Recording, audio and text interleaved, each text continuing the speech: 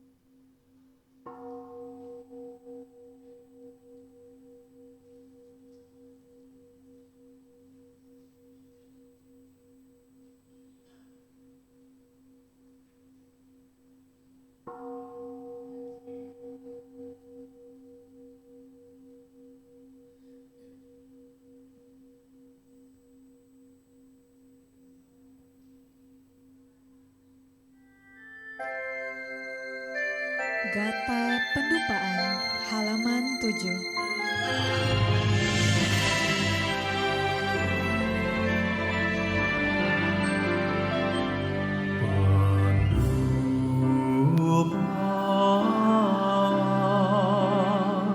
Mulai menghangat dan menyala, nyala Dharma Datu, Dharma Datu, diliputi wanginya, diliputi wanginya, wanginya di hadapan persamuan nan agung para Buddha.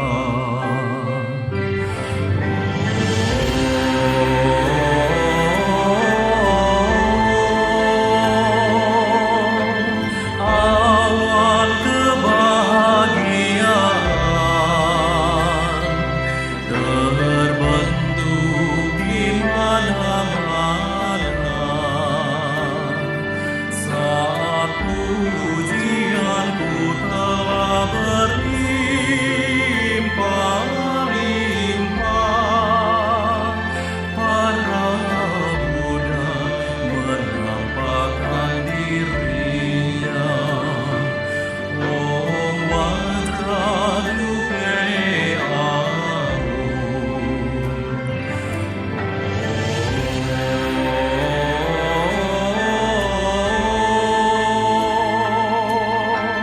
awan kebahagiaan terbentuk di mana-mana saat pujianku telah berlimpah-limpah. Para Buddha menampakkan dirinya.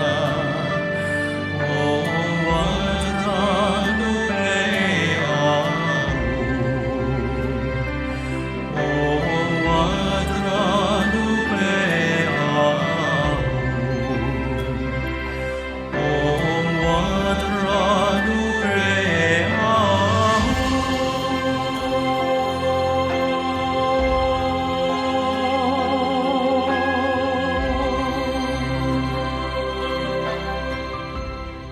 Umat dipersilakan untuk duduk berlutut dan bersikap anjali.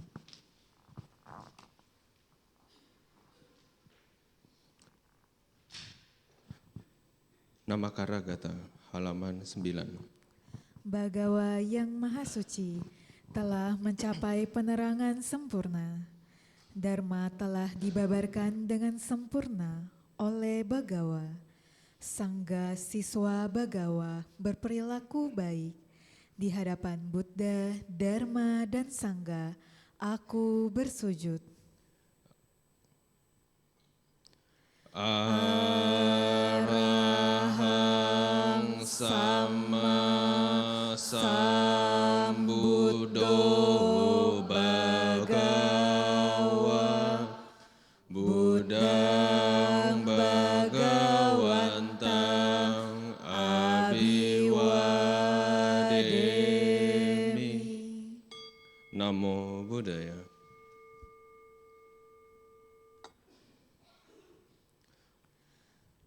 Swakato Bhagavata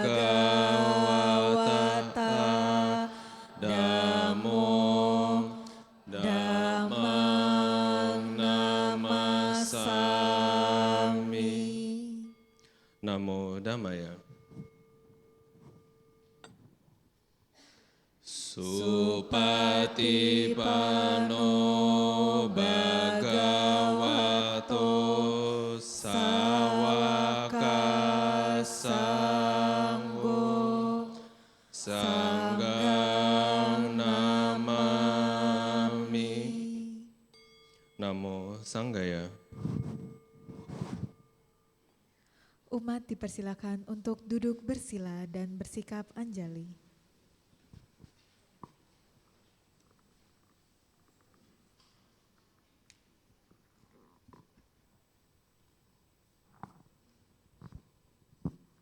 Wandana halaman 16. Syair penghormatan. Terpujilah Sang Hyang Adi Buddha yang Maha Esa, Bagawa yang Maha Suci, yang telah mencapai penerangan sempurna, dan semua bodhisattva Maha Satwa. Namo Sang Hyang Adi Buddhaya. Namo Sang Hyang Adi Buddhaya. Namo Sang Hyang Adi Buddhaya. Namo tassa bhagavato arahato sama sambuddhassa. Namo tassa bhagavato arahato sama sambuddhassa. Namo tassa bhagavato arahato sama sambuddhassa. Namo sarve bodhisattvaya mahasattvaya. Namo Sarve bodhisattvaya mahasattvaya. Namo sarve bodhisattvaya mahasattvaya. Tisarana halaman 17. 3 perlindungan. Marilah kita menyatakan diri berlindung kepada Buddha, Dharma, dan Sangga untuk kedua kalinya dan untuk ketiga kalinya berlindung kepada Buddha, Dharma, dan Sangga. Buddhang saranang gacchami. Dhammang saranang gacchami, Sanghang saranang gacchami, Dutiyampi Buddhang saranang gacchami, Dutiyampi Dhammang saranang gacchami, Dutiyampi Sanghang saranang gacchami, Tatiyampi Buddhang saranang gacchami, Tatiyampi Dhammang saranang gacchami, Tatiyampi Sanghang saranang gacchami. Pancasila halaman 18. 5 sila. Dengan melaksanakan sila, tidak membunuh, tidak mencuri, tidak berbuat asusila, tidak berucap yang tidak benar, tidak meminum minuman keras, akan membuahkan hasil terlahir di alam bahagia, memperoleh kekayaan, dan mencapai nirwana. Marilah kita menyatakan tekad, berusaha melatih diri, melaksanakan 5 sila. Panatipata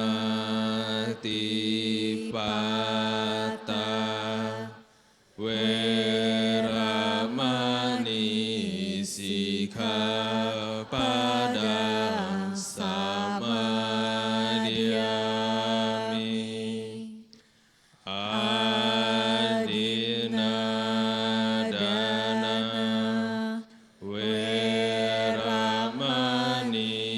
Sikkhapadang Samadhiyami,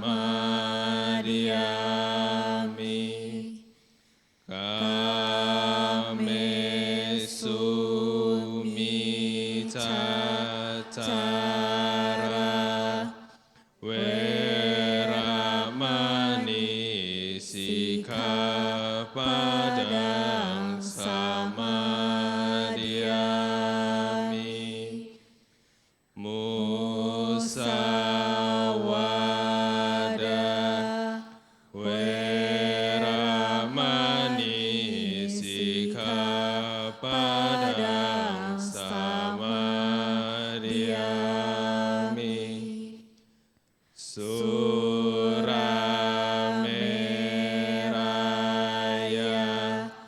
Majapahamadatthana Weramani Sikkhapadang Samadhiyami.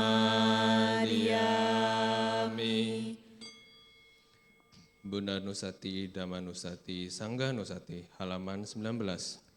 Perenungan terhadap Buddha, Dharma, dan Sangha. Marilah kita melakukan perenungan terhadap Buddha, Dharma, dan Sangha. Iti piso bhagava arahang sama sambuddho wijacarana sampano sugato lokawidu anutaro purisa dhammasarati sata dewa manusanang buddho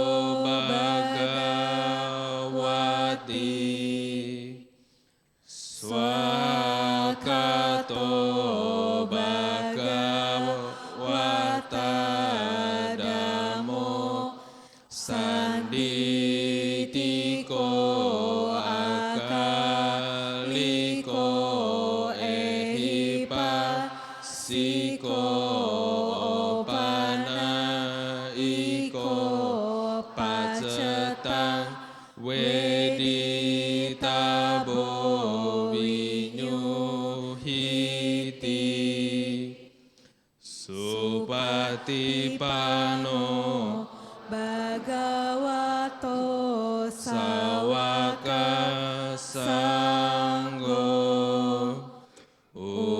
ujupati pano Bhagavato sawaka sanggo nyaya pati pano Bhagavato sawaka sanggo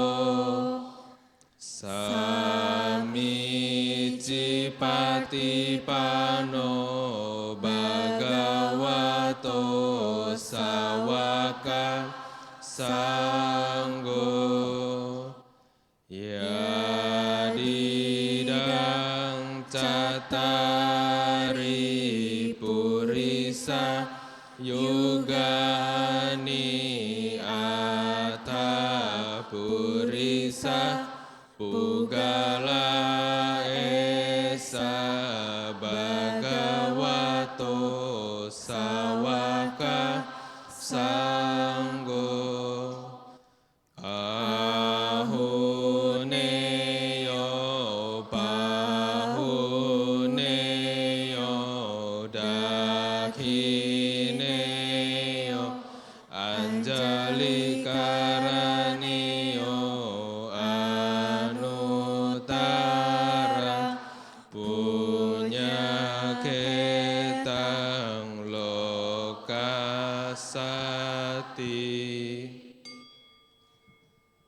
Maha Manggala Sutta halaman 23. Sutta berkah utama. Demikian yang telah kudengar.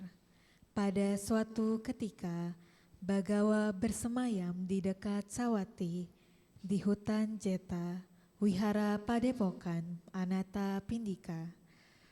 Lalu datanglah seorang dewa ketika telah larut malam, dengan cahaya cemerlang menerangi seluruh hutan Jeta, menghampiri Bagawa. Setelah mendekat memberi hormat kepada Bagawa, lalu berdiri di satu sisi. Sambil berdiri di satu sisi, dewa itu berkata kepada Bagawa dalam syair ini. Bahu dewa manusaca manggalani acintayung akan kamana sotana bruhi manggalamu utama asewana cabalana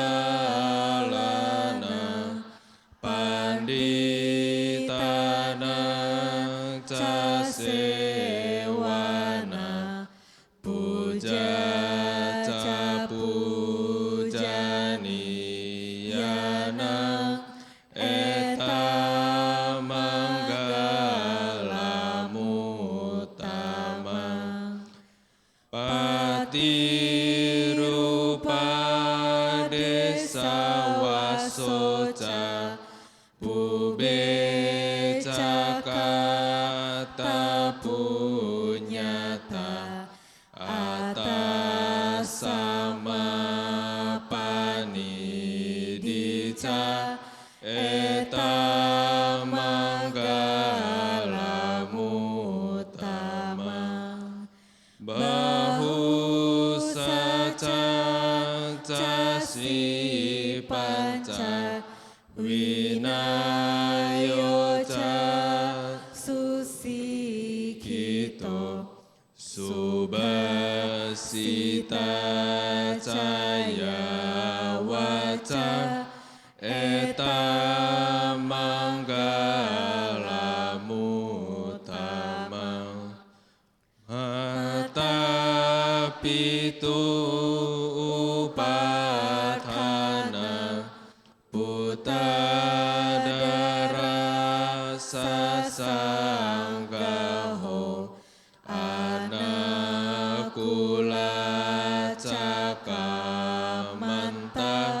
eta manggala mutama danang cadamacarya ca nyata kanang casanggaho anawajani kamani eta manggala mutama arati wirati papa majapana casanyamo apamado cadamesu eta manggala mutama garawo cani watoca santuti cakatanyuta kalena dhammasawanang eta manggala mutama kanti caso wacasata samananang cadasanang kalena dhammasakaca eta manggala mutama tapo brahmacaryanca arya sacana dasana nibbana nasacikiryaca eta manggala mutama Buddha saloka damehi cita yasana kampati asokang wirajang kemang eta manggala mutama eta disanikatwana sabatama parajita sabata sotingga canti tante samanggala mutamanti.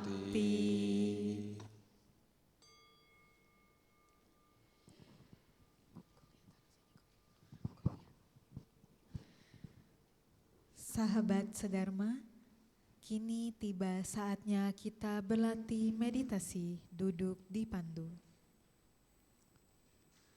Pilihlah postur duduk yang nyaman dan rileks. Jika Anda duduk di kursi, izinkan kaki Anda menyentuh ke lantai.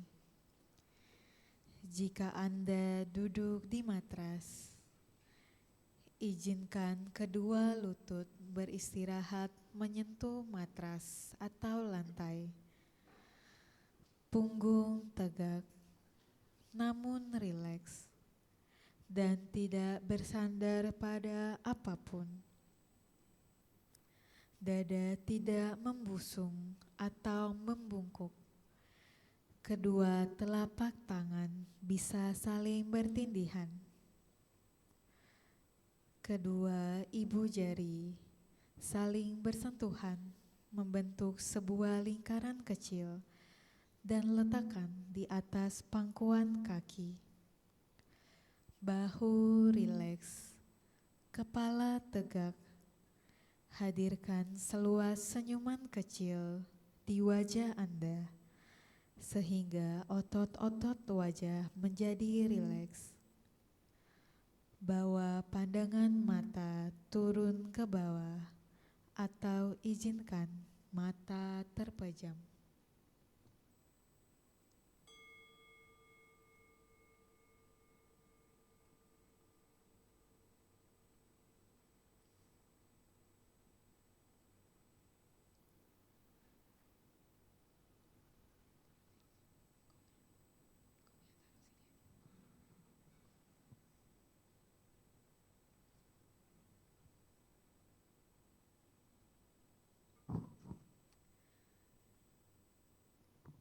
Bernafas masuk. Saya merasakan dan mengenali sensasi nafas masuk. Bernafas keluar. Saya merasakan dan mengenali sensasi nafas keluar. Nafas masuk. Nafas keluar.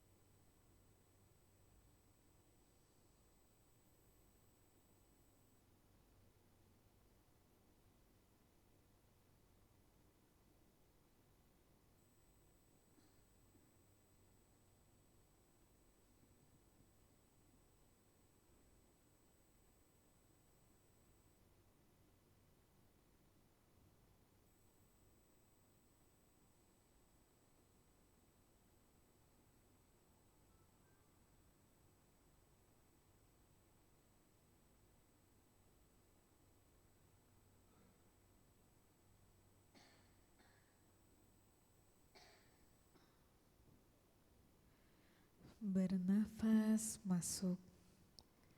Saya mengikuti nafas masuk dari awal hingga akhir. Bernafas keluar. Saya mengikuti nafas masuk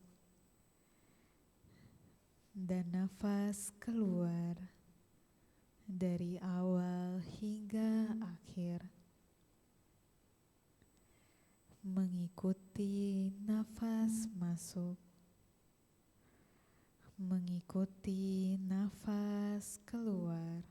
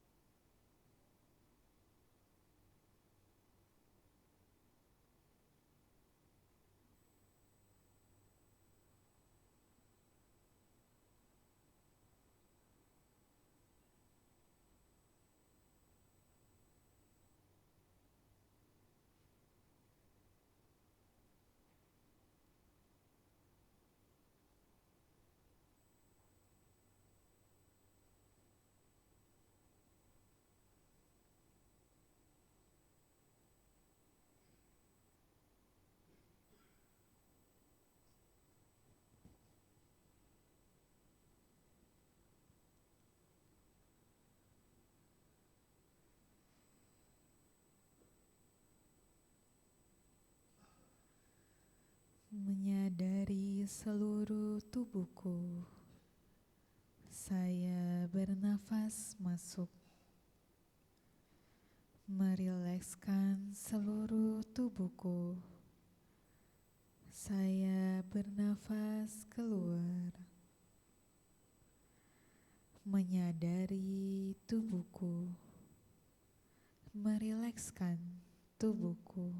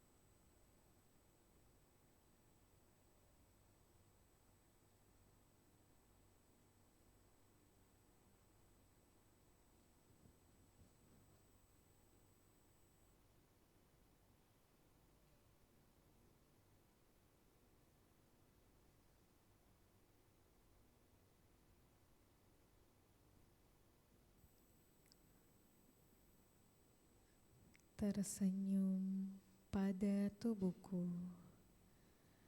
Saya bernafas masuk. Melepaskan semua ketegangan yang ada di tubuhku. Saya bernafas keluar. Tersenyum pada tubuh. Melepaskan ketegangan.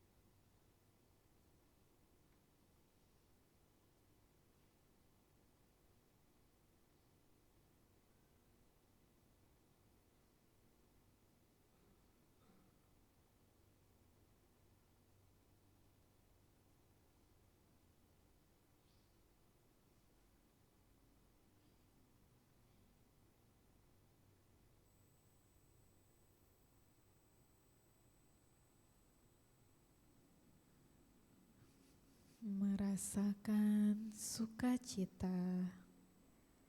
Saya bernafas masuk. Merasakan bahagia. Saya bernafas keluar.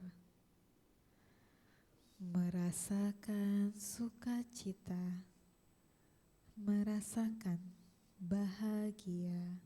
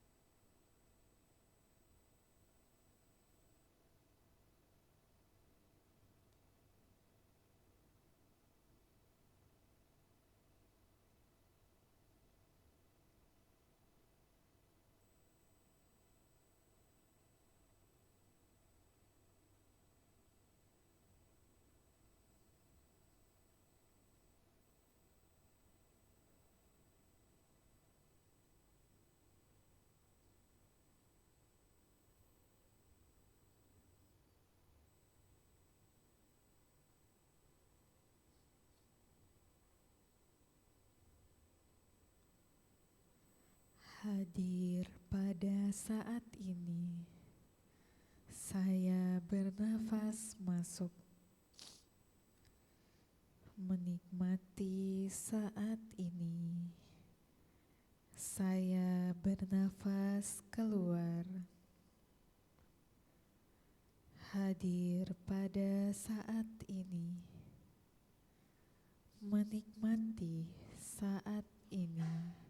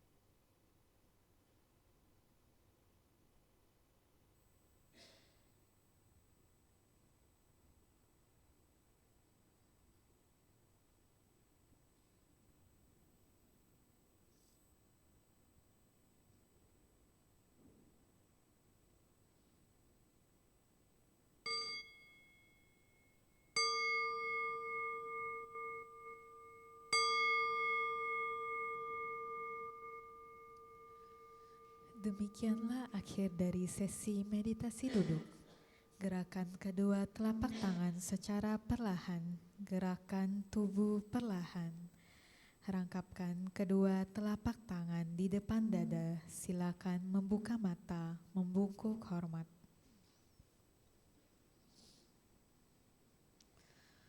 Saudara-saudari dalam Dharma, tiba saatnya kita mendengarkan sharing Dharma yang pada hari ini akan disampaikan oleh Bapak Reja Watimena dengan tema Dharma untuk Pembaruan Sosial.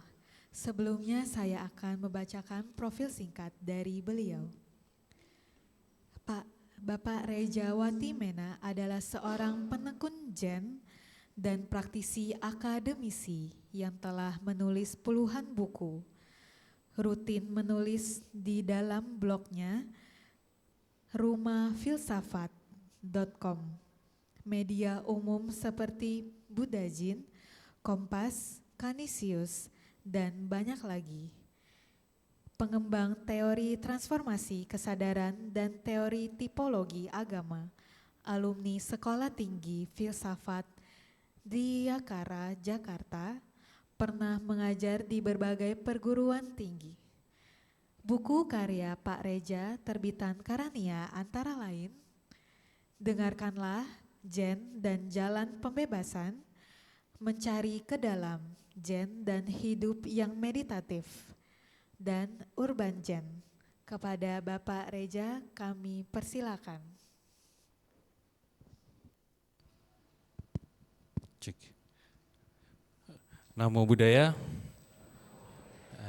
Selamat pagi. Terima kasih sudah diundang lagi untuk ke berapa kali saya lupa, 4, 5 gitu. Sudah sedikit kenalan sama saya tadi udah dibahas. Jadi saya diminta oleh teman-teman Ekayana untuk sharing soal buku, bedah buku judulnya gitu ya. Bukunya judulnya Dhamma untuk Pembaruan Sosial. Slide-nya ada yang ini nggak ya? Ada yang megang nggak ya slide-nya? Ah iya nih. Berikutnya. Saya berdiri aja, saya gak lelah duduk terus. Jadi sekitar 2023 saya dikontak sama penerbit Karania. Mas Reza bantuin dong terjemahin buku ini nih. Dharma for Social Renewal, bahasa Inggrisnya. Dhamma for Social Renewal. Jadi ini buku yang merupakan kumpulan kuliah dari seorang biku Thailand namanya Buddhadasa Biku. Ini orangnya sudah meninggal, sudah parinibbana 9993. Yang unik dari biku ini adalah dia sangat politis. Dia tidak hanya meditatif, mendalami dhamma, meditasinya kuat, menghayati anicca, anatta, dukkha dengan sangat kuat, tapi dia juga keluar. Menjadi, dia nyebutnya dhamma sosialis, seorang praktisi dhamma yang bergerak di bidang sosial, di bidang politik, itu yang merupakan ciri khas dia. Makanya judul bukunya Dhamma for Social Renewal. Jadi bagaimana ajaran Buddha, ajaran Dharma itu bisa berdampak luas untuk dunia politik, dunia ekonomi, budaya yang lebih luas untuk masyarakat global. Itu yang bikin dia unik dibandingkan dengan biku-biku Buddhis Thailand lainnya dari Thailand ya gitu. Dan saya nerjemahin buku itu ya. Cuma mungkin karena itu buku yang sulit ya. Banyak kata-kata dalam bahasa Pali yang saya harus nerjemahin, hurufnya beda. Kadang-kadang saya coba, ini kalau di bahasa Indonesianya apa ya, kalau bahasa Inggrisnya begini, jadi agak lama gitu. Jadi saya hanya menyelesaikan kurang lebih 95% dari buku itu. Diminta sama Karania, saya nggak kuat nih, ini buku ini terlalu berat, sementara saya juga ada kerjaan lain ya gitu. Mungkin juga saya diminta nerjemahin buku itu karena memang 3-4 tahun belakangan saya banyak bekerja dengan pemerintah. Saya banyak bekerja dengan polisi, dengan gerakan anti teror, juga dengan narkotika. Bukan saya bandarnya ya, bukan. Saya banyak bekerja dengan polisi yang nangani narkotika. Terus setahun belakangan saya banyak bekerja dengan hakim-hakim Mahkamah Agung. Jadi mungkin mereka minta, karena dasar itu, karena saya banyak terlibat dengan lembaga-lembaga negara gitu. Nah karena saya sibuk dan bukunya berat, akhirnya saya cuma nyelesain 95%. Akhirnya mungkin mereka minta tolong orang lain untuk nyelesain terjemahan buku itu. Sekarang sudah ada buku ini di depan. Nah pagi ini saya nggak akan bahas detail bukunya, kalau mau detail silakan beli gitu ya, bantu penerbit Karania gitu ya. Saya kan cuma ngasih beberapa kutipan, teaser, trailer gitu loh. Apa sih inti buku ini dan apa sih yang bisa kita pelajari ya untuk kita bawa pulang supaya hidup kita lebih tercerahkan dan sesuai dengan visi Buddha Dasa Bhikkhu lebih aktif secara sosial, secara politik. Gitu. Oke, jadi kira-kira itu pagi ini saya akan coba sharing. Oke, lanjut. Metodenya begini, saya akan baca kutipan dari versi bahasa Inggris buku itu, lalu saya akan coba jelaskan sejauh mana artinya apa yang bisa kita pelajari bersama ya. Yang pertama, Dhamma is acting as we should act in order to be fully human through all the stages of our life. Jadi apa itu Dharma? Apa itu Dhamma dalam bahasa Pali, Dharma dalam bahasa Sanskrit? Menurut Buddha Dasa Bhikkhu, Dhamma artinya sebuah jalan, sebuah metode supaya kita bisa berkembang utuh sebagai manusia. Utuh, penuh, full. Bukan setengah-setengah, bukan terjebak pada identitas sosial, terjebak pada kerakusan, terjebak pada kebutuhan akan validasi dari luar, pada hal semacam itu. Tapi kita sungguh-sungguh, kalau pakai bahasa Buddhis itu tercerahkan secara sempurna. Artinya apa? Menjadi diri kita yang seasli-aslinya, sebenar-benarnya. Jadi sekali lagi Dhamma itu saya melihatnya lebih dekat dengan ilmu pengetahuan ya, kayak metode gitu loh. Metode kalau ini diterapkan konsisten, kita akan sampai berkembang utuh penuh sebagai manusia. Apa artinya berkembang utuh penuh sebagai manusia? Tenang, seimbang, punya compassion. Bukan berarti nggak bisa marah ya. Saya sering debat sama orang lah. Lah kalau belajar meditasi nggak boleh marah. Kalau masih punya badan ini marah itu bagian dari dimensi hidup manusia gitu. Tinggal marahnya karena apa, seberapa lama, merusak apa enggak, nah itu pertanyaannya. Jadi tetap berkembang utuh penuh sebagai manusia di dalam segala dimensinya ya. Termasuk kebahagiaan, compassion, termasuk emosi juga, ada api gitu ya. Dan kalau dalam konteks Buddha Dasa Bhikkhu, aktif terlibat di dalam dunia sosial. Ini arti Dhamma dalam konteks Buddha Dasa Bhikkhu. Kalau kita ngomong secara lebih luas, Dharma itu sebenarnya hukum-hukum alam ya. Kan makanya ada Hindu Dharma, ada Buddha Dharma. Kalau saya kan lama jadi dosen ya, ada Tridharma perguruan tinggi. Dharma itu sebenarnya jalan, kalau kita terapkan kita akan hidup secara harmonis begitulah kurang lebih. Dhamma means to realize our fullest potential as individual human beings. Jadi sekali lagi, kita belajar Dhamma menurut Buddha Dasa Bhikkhu untuk berkembang utuh, seutuh-utuhnya, sepenuh-penuhnya, sekomplit-komplitnya sebagai manusia. Apa yang lebih keren daripada itu? Saya pikir itu kalau ditanya apa tujuan manusia hidup, ya ini. Kaya, ganteng, cantik, terkenal itu nggak ada apa-apanya dibanding ini gitu loh. Kalau kaya masih menderita buat apa? Misalnya orang kaya tapi dijajah oleh kerakusan ya. Dihantui oleh kerakusan terus-menerus, ketakutan terus, buat apa? Kalau cantik, ganteng, terkenal tapi penuh dengan iri, dengki, kemarahan, kehausan akan validasi, pengakuan dari luar, buat apa? Makanya sekali lagi, kalau dari kacamata itu, tujuan manusia hidup adalah mendalami dhamma. Supaya apa? Supaya dia berkembang sepenuh-penuhnya sebagai manusia. Ada kebahagiaan, ada keseimbangan, ada compassion, welas asih. Dan sekali lagi, welas asih itu bukan yang menye-menye ya, bukan yang kadang-kadang kemarahan itu adalah sebentuk welas asih ya. Multidimensional dia sifatnya. What is most important is to realize that Dhamma is not simply knowing. Jadi bukan hanya tahu. Belajar Dhamma itu bukan hanya seminggu sekali ke wihara dengar Dhamma itu apa, Dharma itu apa. No. Tapi also acting, menerapkannya. Belajar di sini, pulang diterapin. Belajar di sini, pulang terapin. Saya pernah ngobrol sama teman. Mas Reza sehari meditasi berapa jam? Wah kok gitu? Saya 3 jam loh, saya duduk 3 jam gak gerak.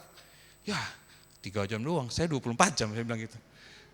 3 jam mah kecil, bilang gitu. Artinya saya mencoba setiap detik dalam hidup saya tuh saya coba untuk sadar dan terbuka. Apapun yang saya lakukan, bahkan ketika saya lagi marah, ketika saya lagi sedih, ketika saya lagi bingung, saya coba untuk duduk, sadar dan terbuka. Sesering mungkin. Tadi saya datang jam 9 pagi ya, gak ada apa-apa di sini, kosong ya. Saya duduk sama calon istri ya udah. Kita duduk di danau, ngobrol sambil resting in awareness open, itu juga latihan Dharma. Duduk, sadar, terbuka, lalu saya jalan, duduk, sadar, terbuka. Tadi di ruang sangha ketemu Bante, ngobrol, tetap saya duduk, sadar dan terbuka. Open awareness, namanya open awareness practice. Ini latihan. Jadi supaya Dhamma atau Dharma itu mengalir dalam keseharian. Nanti akan lebih detail ke situ. Slide kedua. Nah ini juga kutipan dari buku Buddha Dasa Bhikkhu. The individual is not self atau anatta. Jadi individu itu tanpa diri. Ini saya pikir ajaran, atau bukan ajaran, ini adalah sebuah pengetahuan yang paling khas di dunia. Kalau kita ngomong aliran lain ya, agama lain, filsafat lain, semuanya ngomong ada jiwa. Jiwa ini nanti setelah manusia mati akan berangkat. Ilmu psikologi ngomong kurang lebih yang sama, mereka sebutnya personality. Agama-agama lain ngomong ada jiwa. Hanya ajaran Gautama ya yang bilang kalau kita meneliti, kita lihat ke dalam diri kita cek, kayak saya nih ya. Katanya kan saya namanya Reza ya. Saya lihat ke dalam, saya tidak menemukan Reza, saya menemukan paru-paru, jantung, darah, daging, tulang, otak. Tapi tidak ada Reza. Dan itu disebut oleh Buddha Gautama sebagai anatta, ketanpadirian. Ini satu-satunya ajaran yang unik, yang sekarang mulai diadopsi oleh banyak aliran ya. Lah, kalau tidak ada aku, lalu siapa ini yang menggerakkan, siapa ini yang ngomong gitu. Itu salah satu pertanyaan untuk bahan meditasi sebenarnya. Jadi sekali lagi ini pandangan yang sangat-sangat unik, khas Buddhisme, dan sekarang mulai didalami dalam ilmu-ilmu lain ya. Bahwa sebenarnya kita ini tanpa ego, tanpa diri. Maka kalau tanpa diri, kadang-kadang ada kemarahan, ada kebencian, ada kebahagiaan, ya sudah. Itu fenomena-fenomena yang datang dan pergi. Kenapa? Karena tidak ada jangkar, tidak ada diri yang mengalami itu. Misalnya saya marah. Ya kalau saya marah, ya saya marah. Saya tahu saya marah. Habis saya marah, saya selesai. Saya bahagia, ya saya bahagia. Saya tahu saya bahagia, habis itu saya selesai. Karena tidak ada jiwa gini. Dan ini saintifik ya, ini bukan spekulasi khayalan gitu ya. Kita lanjutin. Maka dari as such, she is part of ongoing conditioning process, devoid of self nature. Part of ongoing conditioning process. Maka masuk ke pandangan kedua, karena tidak ada yang disebut aku ya di sini nih. Nggak percaya coba cek deh. Coba cek. namanya siapa? Kok? Aldrich. Coba cari Aldrich di dalam, ada nggak? Mau cari pakai kekeran, pakai mikroskop, yang ketemu bakteri banyak kayaknya. Mau pakai teropong bintang nggak ada. Saya juga nggak ada, itu cuma label. Nah kalau kita sadar itu, baru kita sadar bahwa ini adalah sesuatu yang berubah. Ongoing conditioning proses, berubah terus. Dan namanya perubahan, ada waktunya energinya besar, ada waktunya energinya kecil, ada waktunya sedih, ada waktunya bahagia, ada waktunya marah, ada waktunya takut, ada waktu macam-macam lah. Karena dia berubah terus. Tapi tidak ada self. Sebenarnya menyadari paragraf itu aja ya, paragraf pertama itu aja dipegang ya. Saya ini di mana ya ketika saya beraktivitas, saya ini yang mana ya? Saya bekerja, saya berinteraksi dengan orang, lalu saya menyadari bahwa ini adalah perubahan terus, itu aja akan membawa pencerahan sebenarnya. Pencerahan-pencerahan kecil dalam hidup kita ya. Jadi ada terobosan-terobosan kebijaksanaan dalam hidup kita. Kalau itu aja paragraf itu dilatih. Apalagi kalau dilatih terus seumur hidup ya. Pencerahan sempurna ya. Akhirnya menjadi Buddha. Buddha itu kan sebenarnya kesadaran murni ya, yang kita semua punya. Oke, kita terusin ini dulu. Paragraf kedua, to be not self, therefore is to be void of self, and hence to be part of independent co-arising matrix. Artinya gini, kalau saya ini tidak ada, artinya itu hanya nama ya, maka yang saya temukan ini adalah sebuah jaringan ya. Ini kalau saya lihat dalam diri saya ini ya, ada jantung, ada paru-paru, ada usus. Dan ini dikasih makan tiap pagi. Dan tiap pagi yang ngasih makan itu diambil dari beras yang dibikin oleh Pak Tani. Dan diambil dari misalnya buah yang ditanam oleh petani apel gitu ya. Maka di dalam diri saya ini saya akan melihat semua interdependent co-arising, semua hal ada di dalam sini. Jadi saya adalah sebuah jaringan. Nah ini pandangan ini sebenarnya diungkapkan juga oleh Thich Nhat Hanh. Tahu Thich Nhat Hanh nggak? Thich Nhat Hanh. Satu aliran sebenarnya dengan Buddha Dasa Bhikkhu, tapi Thich Nhat Hanh dari Zen. Contohnya sederhana banget. Ketika saya melihat ke dalam, saya tidak menemukan reza. Saya menemukan ada darah ya, ada aliran darah ya. Itu fix ya. Ada yang nggak ada aliran darah?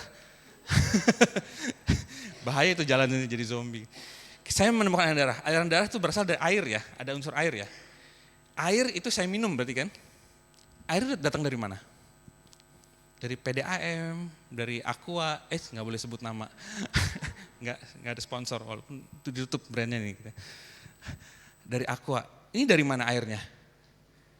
Dari gunung, dari hutan, dari sungai, dari laut, dari hujan, dari kencing kambing yang hanyut karena kesiram air, ya toh. Jadi di dalam air ini ada seluruh alam semesta dan saya meminum itu. Artinya darah saya adalah seluruh alam semesta.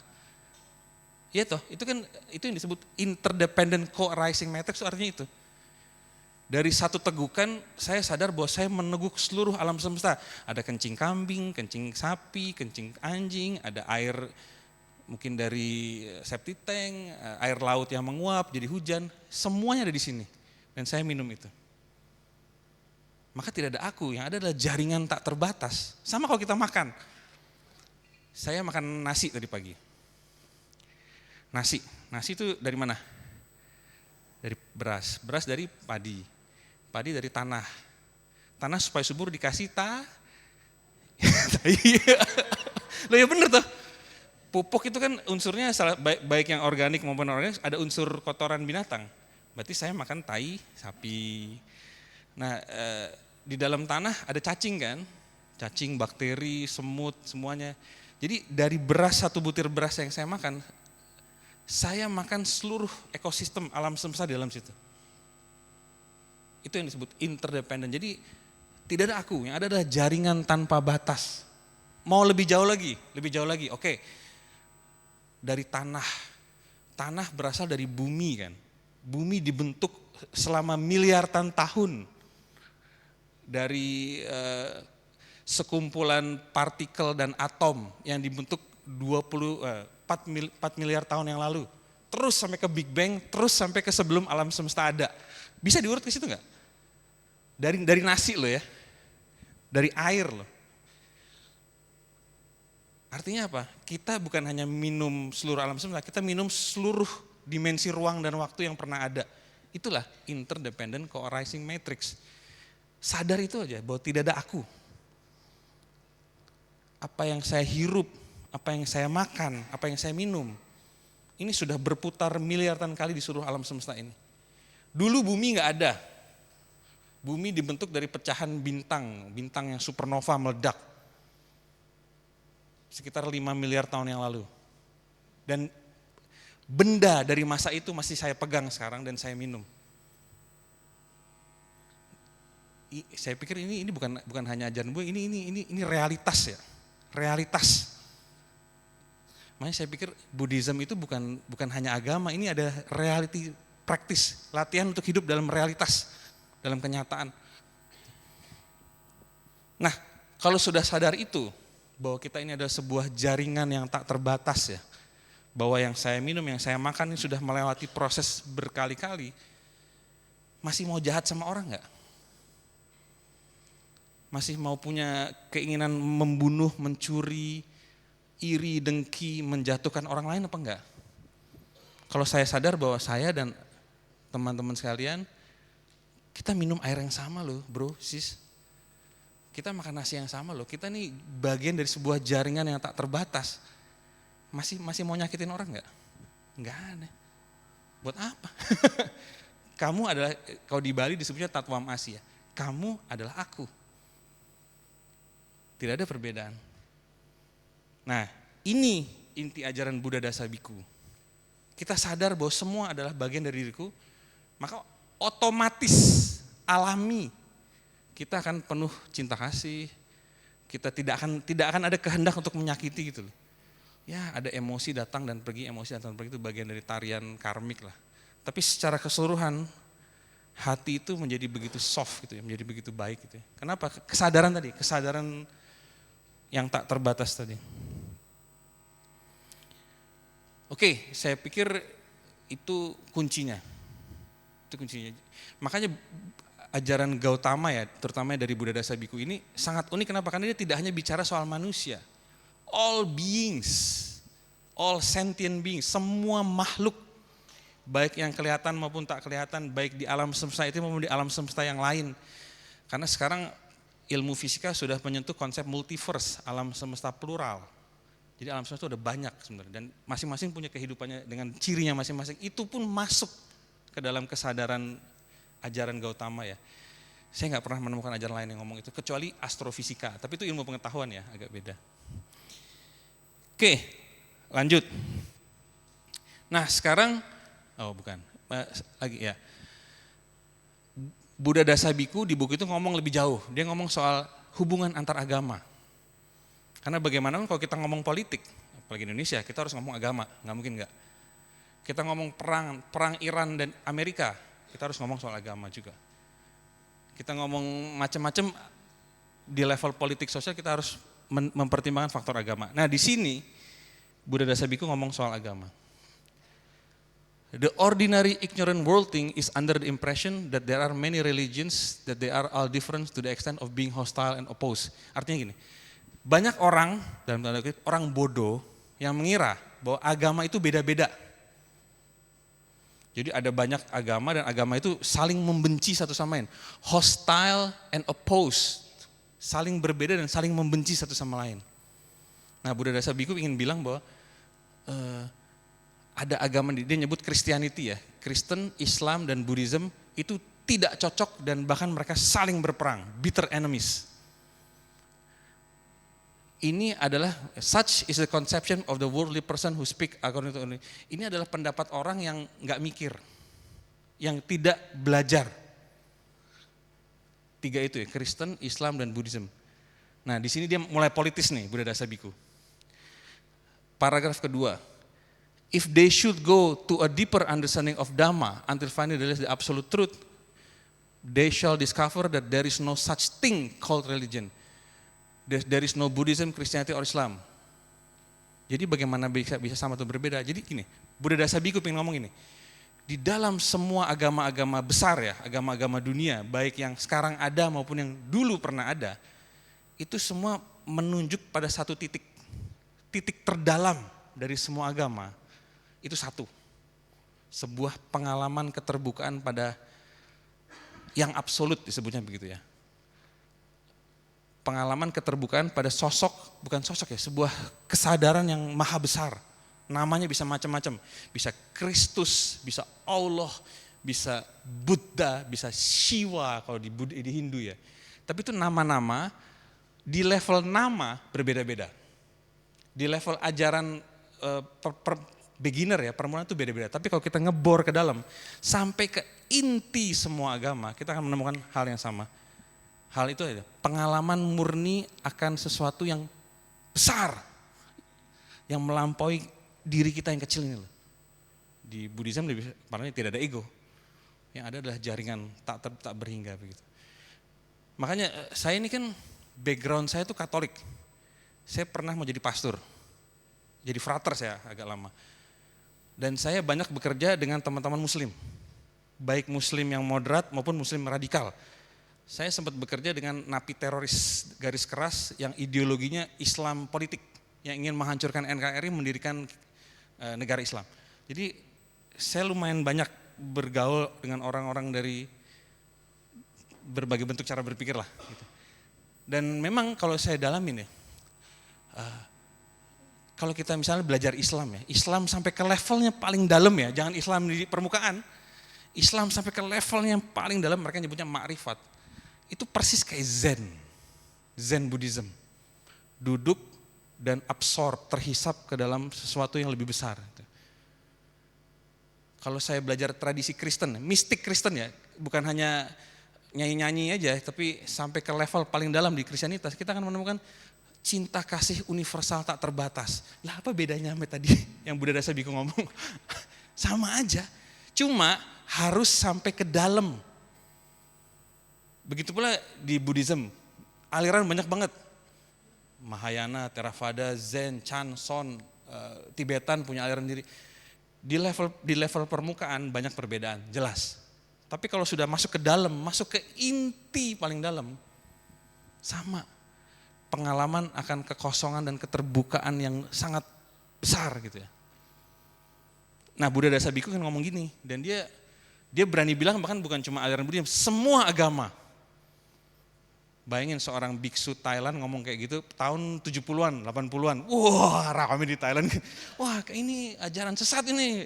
Dia sempat di inilah, kontroversi lah. Sesat ini, bagaimana Pak? Thailand kan.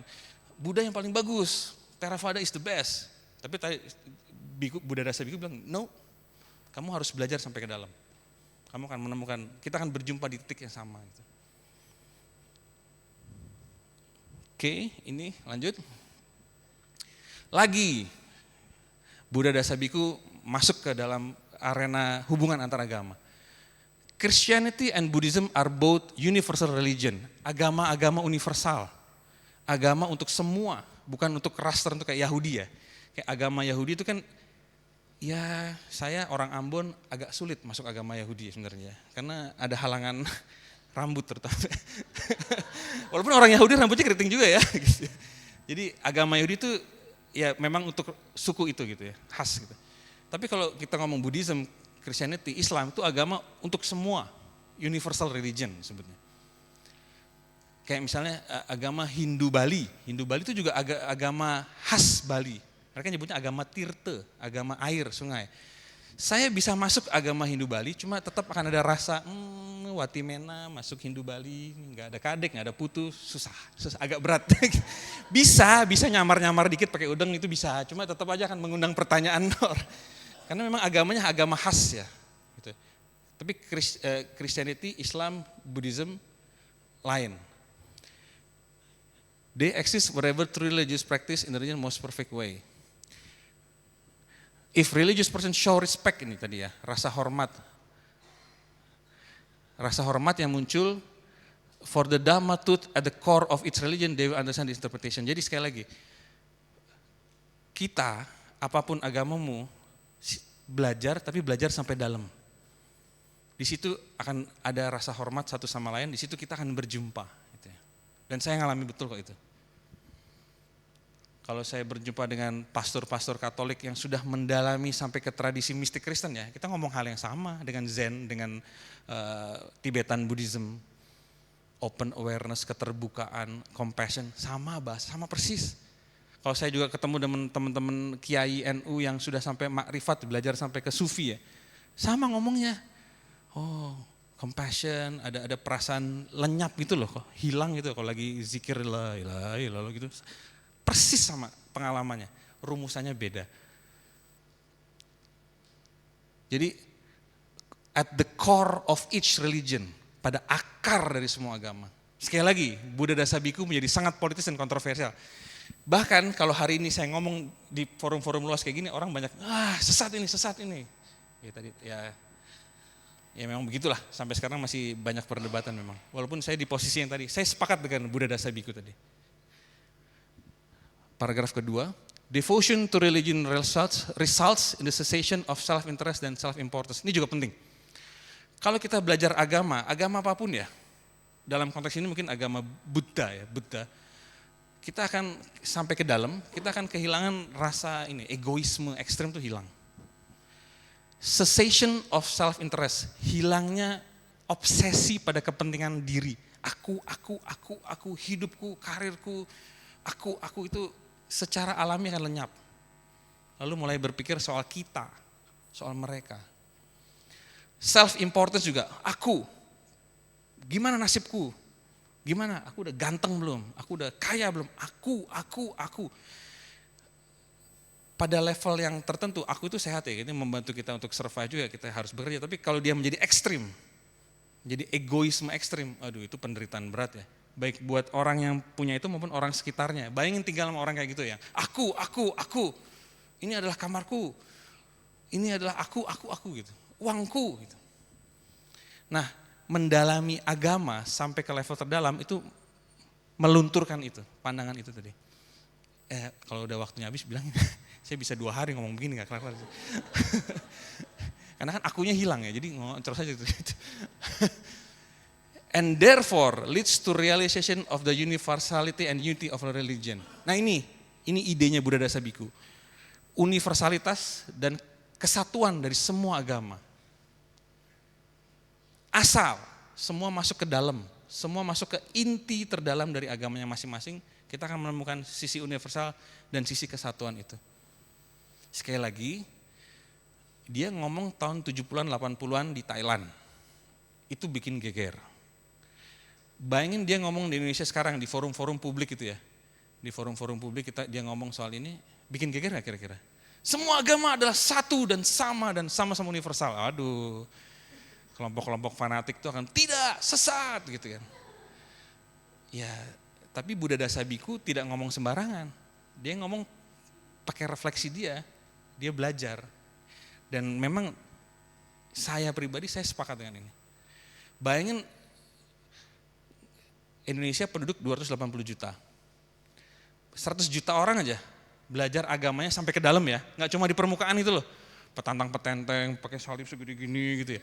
Atau teriak-teriak, Allahu Akbar, tapi mukul-mukulin orang gitu ya, malak-malakin.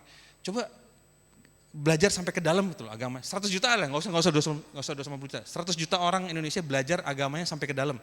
Teman-teman yang Buddhis mendalami sampai ke level kekosongan, sunyata, kesadaran terbuka yang tanpa batas gitu. Mendalami situ aja. Oke, banyak masalah di Indonesia akan selesai deh. Minimal terorisme hilang pasti. Radikalisme hilang, premanisme berbau agama juga akan hilang. Banyak masalah akan selesai lah. Jadi saya sepakat dengan Buddha Dasabiku walaupun idenya memang kontroversial. Lanjut. Nah, ini saya kutip dari 2 halaman terakhir di buku Dhamma untuk Pembaruan Sosial. Dia ngomong soal Buddhism, ajaran Buddha yang memang dia dalami dan itu paling dekat di hatinya dia gitu ya. The subject of liberated mind is the pinnacle of Buddhist teaching. Apa ajaran tertinggi di dalam Buddhism, dalam agama Buddha? semua aliran ya, batin yang bebas, terbebas. Yang terbebaskan dari segala kemelekatan, dari emosi, termasuk emosi baik ya. Emosi positif, kebahagiaan, kesenangan itu pun juga terbebas dari itu. Menjadi sepenuhnya alami, original. Kalau saya nyebutnya reset to factory setting kalau di handphone itu. Jadi aplikasi nggak mutu, foto-foto nggak penting itu hilangin semua gitu loh. Yang tersisa adalah the original pure mind. Itu memang tujuan tertinggi, kembali ke factory setting kalau saya nyebutnya. Lah kalau itu kan, kalau sudah kembali ke factory setting kan bisa didesain ulang lagi. Kita bisa install aplikasi yang kita sungguh-sungguh perlu ya. Bukan game, pornografi gitu ya, foto-foto gitu. Saya analoginya kayak begitu ya. Liberated mind, batin yang terbebaskan. Dan ini juga khas Buddhism. Itu harus datang dari pemahaman, dari pengertian. Bukan hanya percaya. Tidak ada iman di dalam Buddhism. Semua adalah latihan yang berujung pada pemahaman. Kayak belajar masak, kayak belajar bela diri, literally kayak orang belajar. Kayak saya misalnya, oke, kalau saya duduk, saya mengamati nafas, gimana rasanya ya? Itu kan belajar. Nggak harus duduk amati nafas, percaya deh, kamu akan masuk surga. Nggak usah percaya, duduk amati nafas. Atau duduk chanting. Om Mani Padme Hum, Om Mani Padme. Chanting 10 kali, apa yang kamu rasakan? Itu kan belajar namanya. Jadi datang dari pemahaman, bukan dari iman, dari kepercayaan. Sangat ilmiah, makanya Einstein bilang berkali-kali itu dikutip ya. Satu-satunya agama yang sejalan dengan sains modern adalah Buddhism. Karena tes, eksperimen, belajar. Kalau saya duduk, saya tenang nggak? Kalau saya chanting, saya tenang nggak? Dulu saya sempat retret bowing. Bowing itu apa sih kalau bahasa Indonesianya? Nah, Maskar ya. 108 kali, rasanya gimana? Pegel nggak? Pegel. Pegel banget. Pegel tapi clear, bersih gitu ya. Dulu saya retret tuh 11 tahun yang lalu, retret Zen. Ini lutut sama pinggul masih muda. Sekarang 5 kali aja udah, mana lontong sayur begitu. Saya mau cari makan aja gitu. Kalau kita bowing 20 kali aja, pegel tapi clear. Karena energi turun, overthinking hilang, overanalisis hilang. Gitu. Tes, semua dari pemahaman. In Buddhism, understanding precedes belief. Something becomes an article of faith after one understand. Jadi ajaran di Buddha ini, di Buddhism itu, dia menjadi ajaran karena sudah dites. Sudah dites oleh ribuan orang sebelumnya. Puluhan ribu mungkin. Duduk, amati nafas. Apa yang lebih bego dari itu kan paling gampang sebenarnya. Itu orang mancing di danau, duduk, amati nafas, nunggu ikan nyantol gitu. Tapi kalau kita duduk mengamati nafas, apa yang terjadi? Batin kita berubah, otak kita berubah. Dan itu sudah dialami oleh orang-orang sebelumnya ya. To rely on Buddha, Dhamma, and Sangha means to embrace their mind, which means to depend on oneself. Nah ini juga nih, Gautama, Buddha Sakyamuni, Gautama ini minta kita untuk mandiri. Kamu harus latihan sendiri, belajar sama orang lain, tapi kamu terapin sendiri.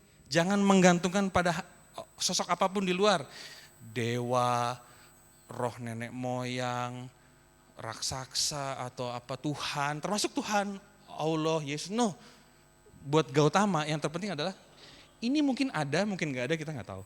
Tapi yang ada adalah kamu dengan batinmu, itu ada nggak? Itu yang fix kan, yang real kan, latihan. Ini yang saya juga suka, ini mendorong orang untuk mandiri. Ada masalah jangan, misalnya kayak kemarin saya ada masalah berat lah. Saya nggak berdoa pada siapapun, saya nggak berdoa pada Tuhan, ya tolong saya melihat batin saya, dari mana ini muncul. Lalu saya tarik nafas, lalu saya chanting. Saya benar-benar menggunakan metode itu untuk saya, menjadi mandiri, tidak bergantung pada sosok apapun. Ini makanya waktu saya pertama kali belajar, saya menyentuh ajaran Buddha real itu waktu saya di Jerman, saya kuliah. Saya sampai terengah-engah, ini orang keren banget ya gitu. Kok saya nggak belajar ini di Indonesia ya? Saya belajarnya malah di Jerman, menjadi mandiri, mengamati batin, memahami batin manusia, menghilangkan penderitaan. Kok keren banget ya gitu loh. The Buddha said that we are not to rely on his merit and virtue. Bahkan kita tidak boleh bersandar pada Buddha. Belajar ke dia boleh. Belajar metodenya, ilmunya harus.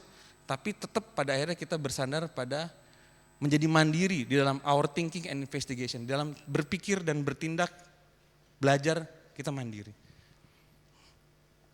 Keren banget nih, agama yang memberdayakan ya. Nah ini 2 kutipan terakhir dari bukunya Buddha Dasa Bhikkhu. Next. Nah ini halaman terakhirnya.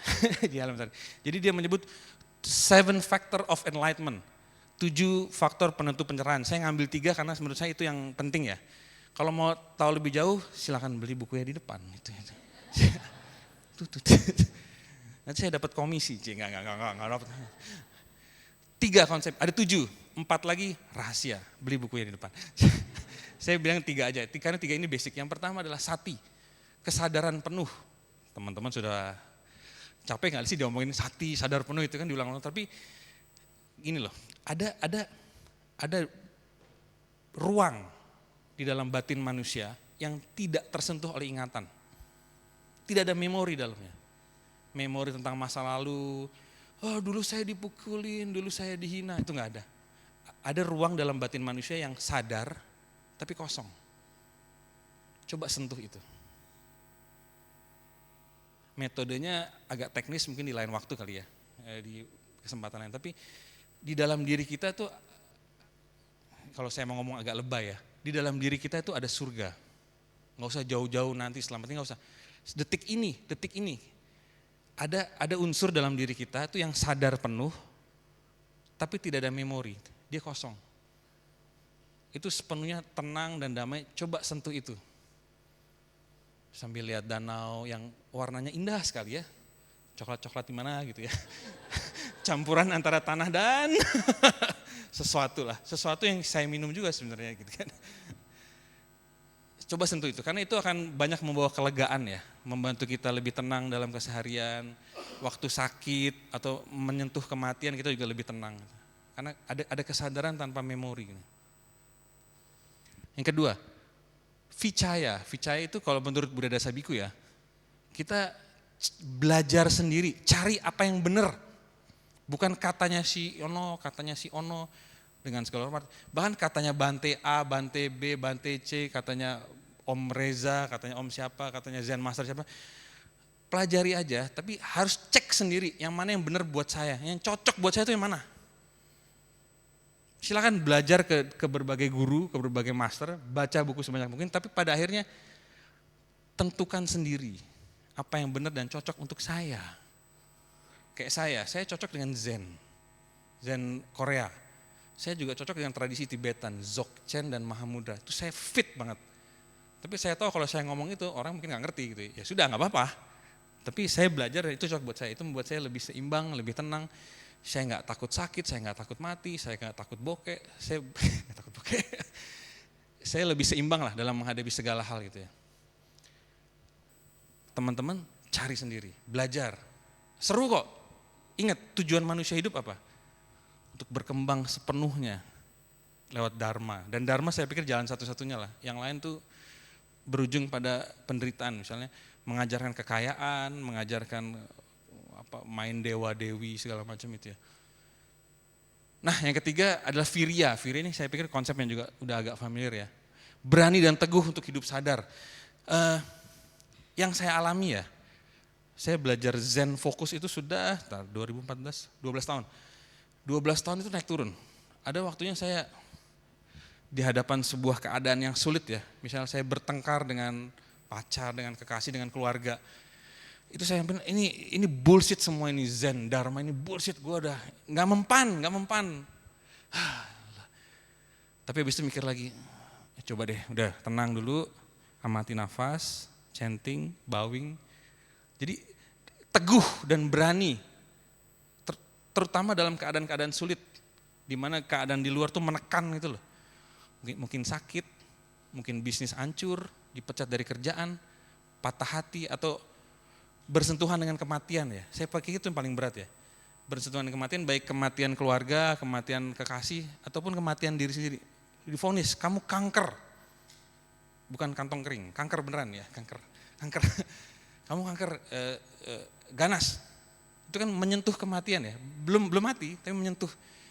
Itu kalau nggak belajar kayak gini-gini, aduh penderitaannya, aduh ampun-ampunan. Dan kita semua kan mengalami itu kan. Menua, sakit dan mati atau kecelakaan. Itu pasti dialami. Itu definitif pasti. Siap apa enggak? Kalau belajar dhamma pasti siap. Kalau enggak, tadi menua, sakit dan mati atau menua atau kecelakaan tengah jalan tabrak truk. Mending langsung mati, tapi kalau gelepar-gelepar dulu kan susah juga ya. Penderitanya ekstrim loh. Makanya Gautama ini agak di luar. Gautama bilang ada perbedaan antara pain and suffering. Antara rasa sakit dan rasa sakit itu pasti. Duduk kelamaan nih dengerin bocah ngoceh ini dia pegel nih kan, pain. Suffering itu cerita yang kita bangun atas pain itu. Misalnya saya diserempet truk, serem banget diserempet truk, serempet motor lah. Memar, sakit kan? Tapi apakah saya menderita? Menderitanya gini, bang satu orang nggak pakai mata ini apakah karena gue menanam karma jelek di masa lalu ya makanya gue jadi begini. Apakah ini ada iblis yang menempel padaku sehingga aku ketabrak terus gini, udah kemarin begini. Cerita itu yang bikin penderitaan. Nah itu yang ingin dihilangkan. Pain, that's it gitu. Nah sekali lagi, teguh dan berani dalam semua situasi untuk latihan. Kira-kira itu dari saya, ada mau tanya jawab atau gimana nih? Atau nggak usah? Mungkin untuk satu pertanyaan. Iya boleh. Terima kasih ya.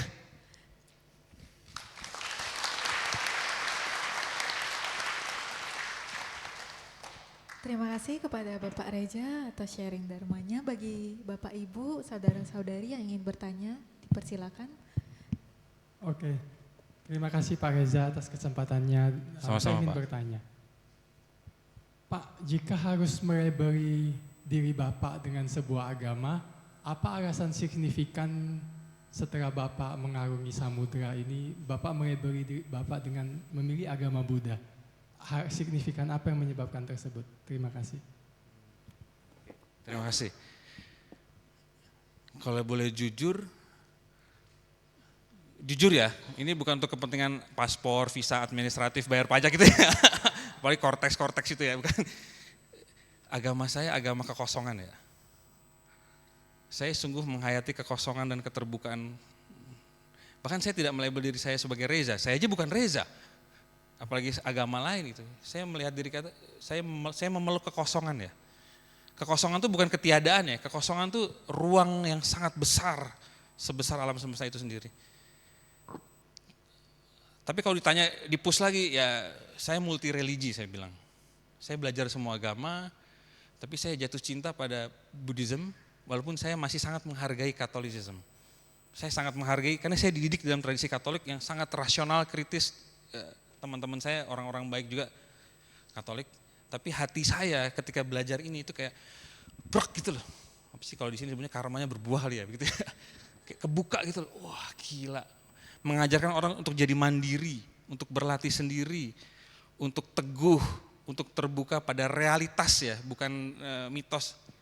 Hati saya terbuka. Tapi kalau boleh jujur saya memeluk kekosongan. Itu dan signifikansinya apa? Hidup saya berubah total ya. Saya tuh lihat 2014 itu titik balik buat saya. 2014 itu saya sebelumnya ada seorang ilmuwan. Saya lagi belajar di Jerman. Saya ilmuwan, saya sangat rasional. Saya nggak percaya agama itu mitos. Produk dari masa lalu yang bikin orang jadi bego. Waktu itu saya mikirnya gitu dulu ya. Ilmuwan cenderung ateistik. Dan belajar, riset, nulis buku, kuliah gitu ya. Sampai 2014 itu saya mengalami penderitaan ekstrim. Saya baru cerita tadi sama Bante di ruang sama itu. Kenapa Mas Reza belajar kayak begini? Oh, penderitaan ekstrim yang membuat saya harus entah saya belajar atau saya mati, itu aja pilihannya.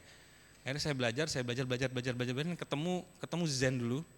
lalu ke Tibetan Buddhism, lalu kebukalah semua saluran itu, seluruh tradisi Buddhism, Hinduism, Jainism, Sikhism yang di India itu ya. Dan literally 2014 itu saya jadi orang yang berbeda ya, berubah total ya. Cara berpikir berubah, gaya menulis berubah, seluruh kepribadian berubah. Itu signifikansinya buat hidup saya gitu ya. Dan perubahannya ke arah mana? Ke arah pasti lebih tenang, itu pasti. Lebih tenang, lebih damai. Tetap marah, kadang-kadang kalau perlu marah saya tetap marah. Saya nggak takut dengan kemarahan, saya nggak takut dengan kilesa gitu ya. Saya menggunakan kemarahan itu dengan sadar penuh untuk apa gitu ya. Saya juga nggak takut dengan kesedihan, dengan kekecewaan gitu.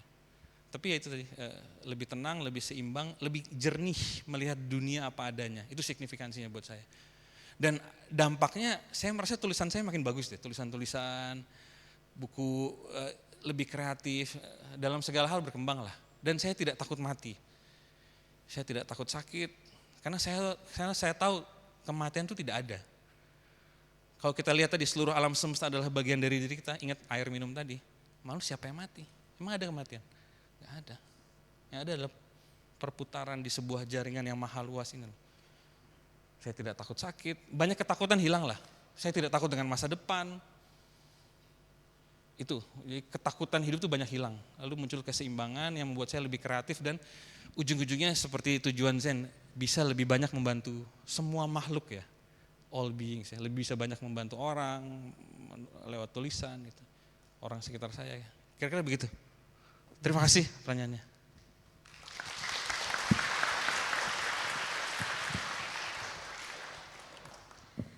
Terima kasih kepada Bapak Reja Watimena atas sharing Dharma yang telah disampaikan. Semoga dapat bermanfaat bagi kita semua.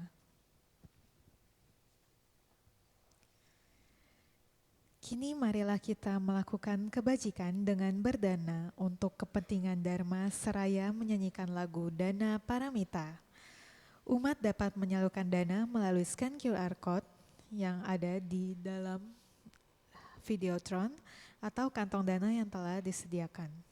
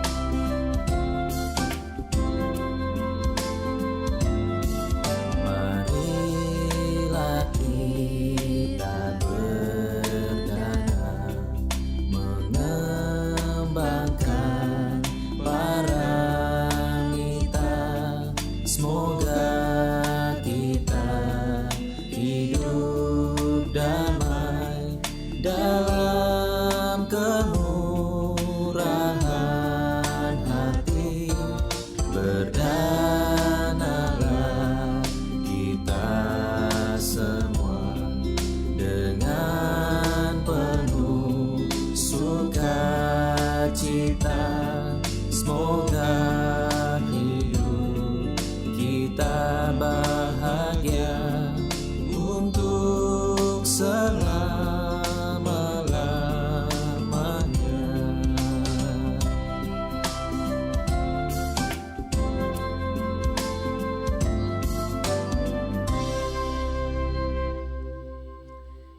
kasih atas dana yang telah diberikan. Semoga bermanfaat bagi perkembangan Buddha, Dharma, dan Sangha. Selanjutnya kita akan mendengarkan persembahan lagu yang akan dibawakan oleh Saudari Olin dari tim kesenian. Kepada Saudari Olin kami persilakan.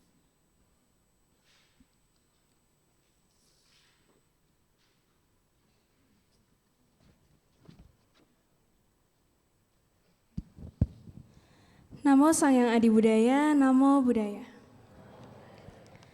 Saya Olin dari tim kesenian akan membawakan sebuah lagu berjudul Bimbinglah Aku.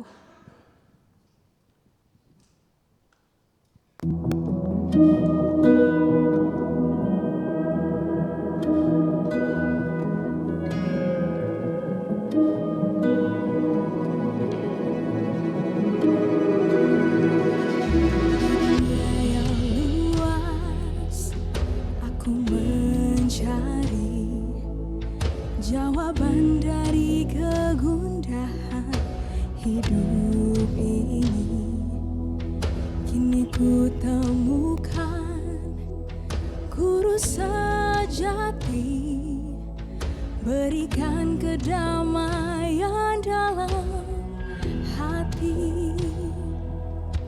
Bimbinglah aku, oh Buddha yang mulia, di jalan kebajikan yang benar.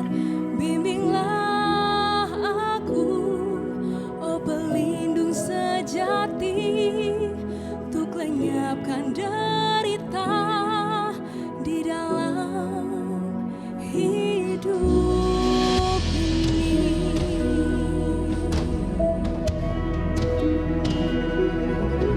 Di dunia yang luas, aku mencari jawaban dari kegundahan hidup ini.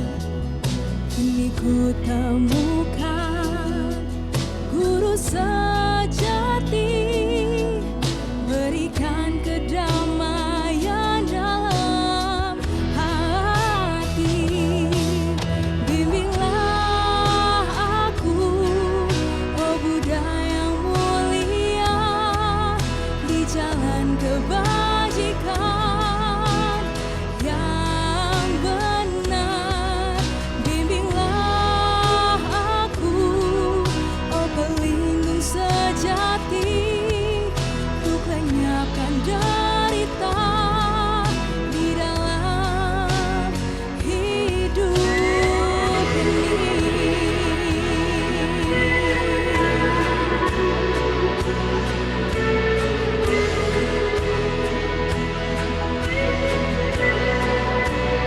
Bimbinglah aku,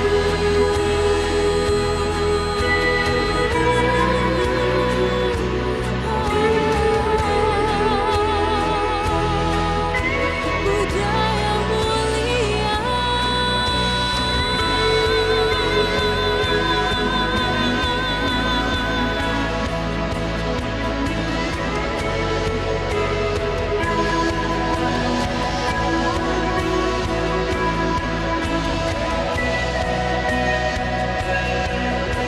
Mari kita sama-sama nyanyikan Bimbinglah Aku, oh Buddha yang mulia, di jalan kebajikan yang benar. Bimbinglah aku, oh pelindung sejati, untuk lenyapkan derita di dalam hidup ini. Bimbinglah aku, oh Buddha yang mulia, di jalan kebajikan yang benar. Bimbinglah aku, oh pelindung sejati,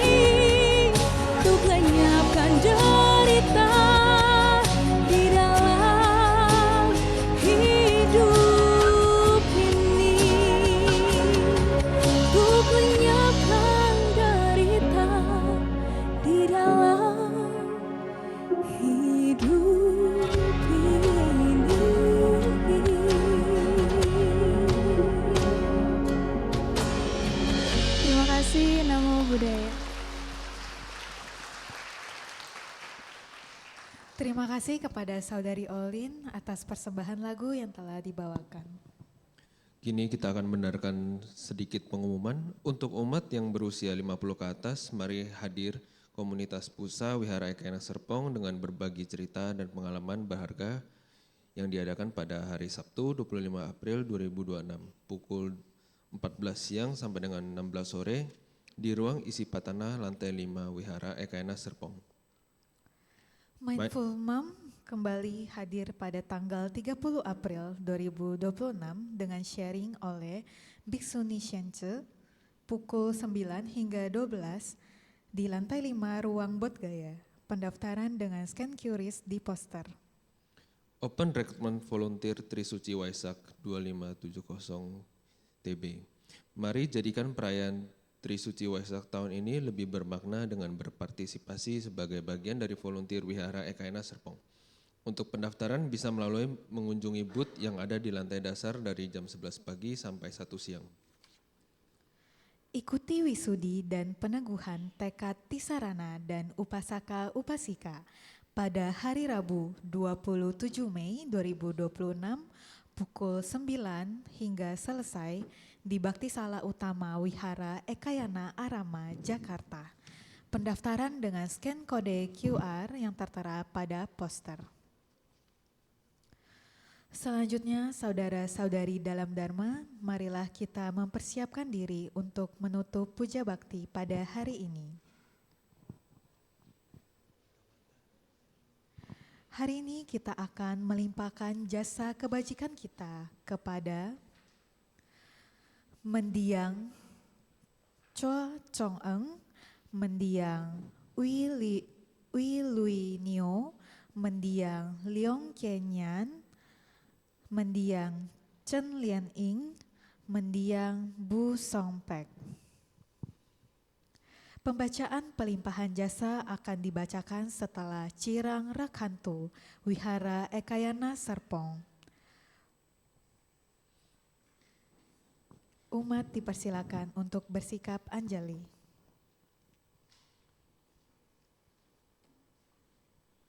Eta wata ceam hehi sambatang punya sampadang sabbe dewa anumodantu sabah sampati sidia eta wata ceamehi sambatang punya sampadang sabe buta anumodantu sabah sampati sidia eta wata ceamhehi sambatang punya sampadang sabe sata anumodantu sabah sampati sidia akasata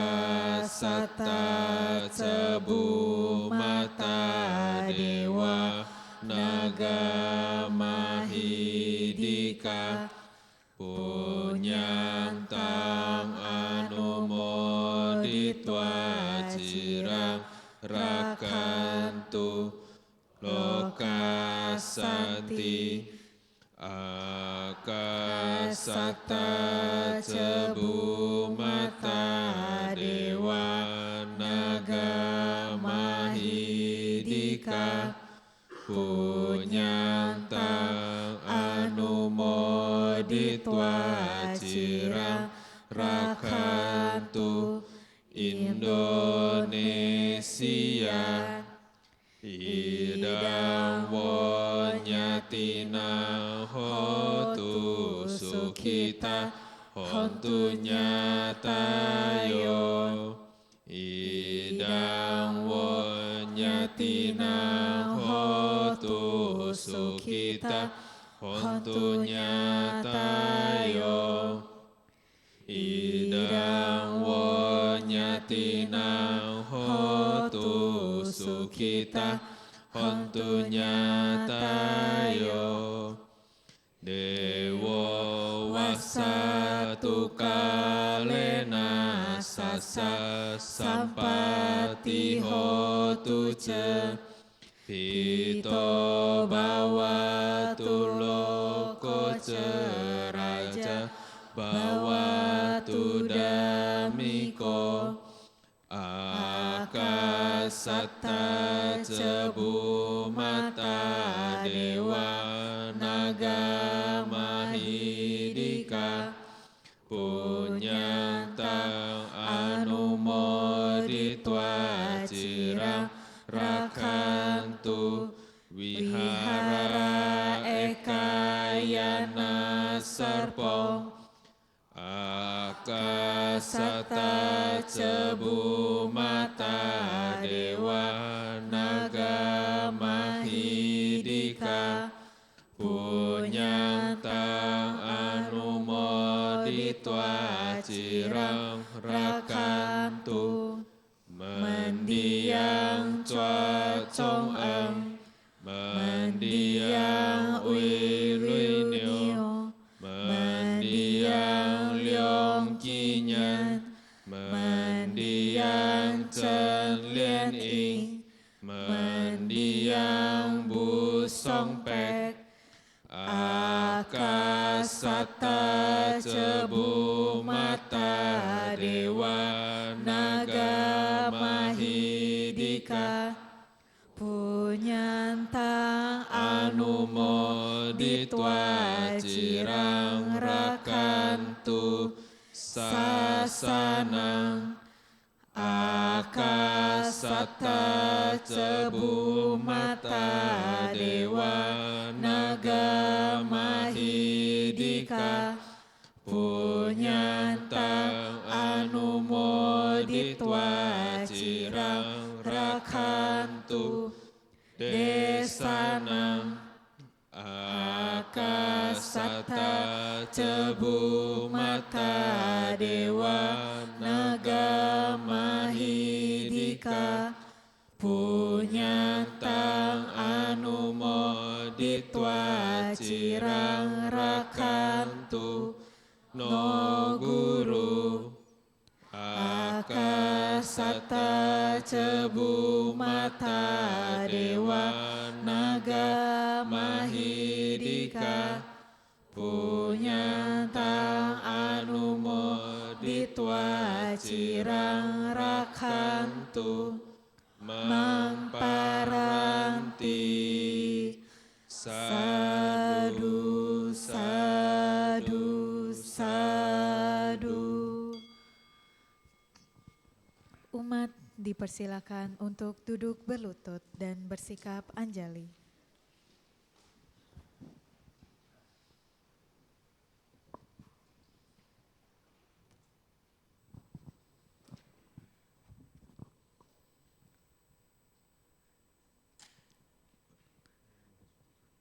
Nama Karagata, halaman 49. Bagawa yang Maha Suci telah mencapai penerangan sempurna.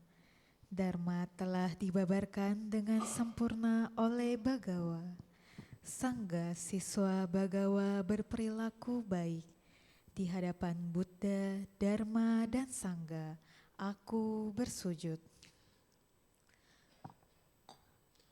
Arahang sama sambuddho bhagawa buddhang bhagawantang abiwademi. Namo Buddhaya. Swakato bhagavata dhammo dhammang namasami. Namo Dhammaya. Supatipano Bhagavato Sawaka Sanggo Sanggang Namami. Namo Sanggaya. Sabe Sata sata bawantu sukitata, semoga semua makhluk hidup berbahagia. Sadu, sadu, sadu. Puja bakti selesai. Namo Sang Hyang Adi Budaya. Namo Buddhaya.